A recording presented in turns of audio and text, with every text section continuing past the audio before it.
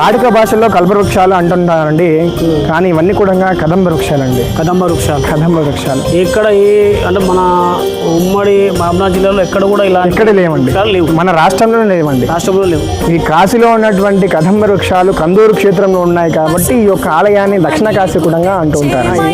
మిగతా అన్ని కూడా కోనేరు చుట్టూ కూడా స్వయంగా ఉద్భవించడం జరిగిందండి. మొత్తం 27 కదంబ వృక్షాలు ఉన్నాయి.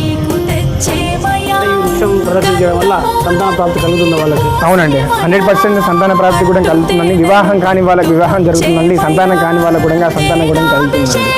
అలా జరిగినందుకే ఈ యొక్క క్షేత్రం అనేది ప్రసిద్ధిగాంచినటువంటిది కాబట్టి భక్తులు అధిక సంఖ్యలో వస్తున్నారు. స్వామివారి పైనటువంటి నమ్మకంతోనే వస్తున్నారండి జనాలు.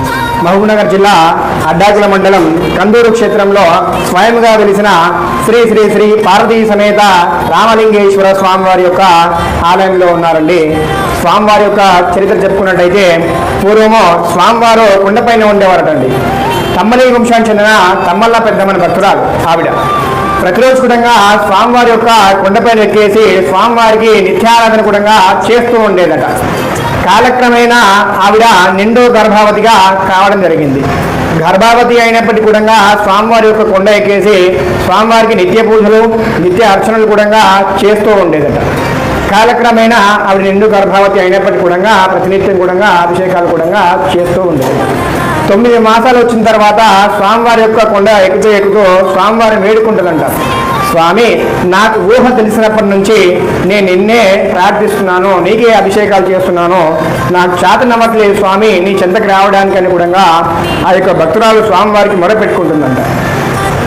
ఆమె భక్తికి స్వామివారి తక్షణమే ప్రత్యక్షమైపోయి, నువ్వు వెనక్కి తిరిగి చూడకుండా నీ చాతని అందరికి నడుచుకుంటూ వెళ్ళమ్మా, నేనే నీ వెంబడి వస్తానని కూడా స్వామివారు భక్తురాలకు మాట ఇస్తాడట. అలా భక్తురాలు కొండ దిగుతూ వస్తుండగా స్వామివారి భక్తురాలు వెంబడి రథంపై ఇస్తుంటాడంట. ఆ రథం యొక్క గంట రథచక్ర శబ్దానికి ఆ భక్తురాలు స్వామివారు చెప్పినటువంటి మాటలు మర్చిపోయి వెనక్కి తిరిగి చూస్తుందంట. అలా చూసినప్పుడు రథానికి ఉన్నటువంటి 2 చక్రాలు 2 విభాగాలుగా విరిగిపోయేసి అక్కడి నుంచి వచ్చేసేటువంటి స్వామివారి కింద పాన్మటంగా ఏర్పడింది. ఒకటి కోనేరులో పడిపోయింది. భక్తురాలు ఇంకా అక్కడే బాబుని కనేసి శిలాగా మారిపోయింది. స్వామివారి భక్తురాలు పక్కనే స్వయంగా రథచక్రం నుంచి స్వయంగా ఉద్భవించడం జరిగింది.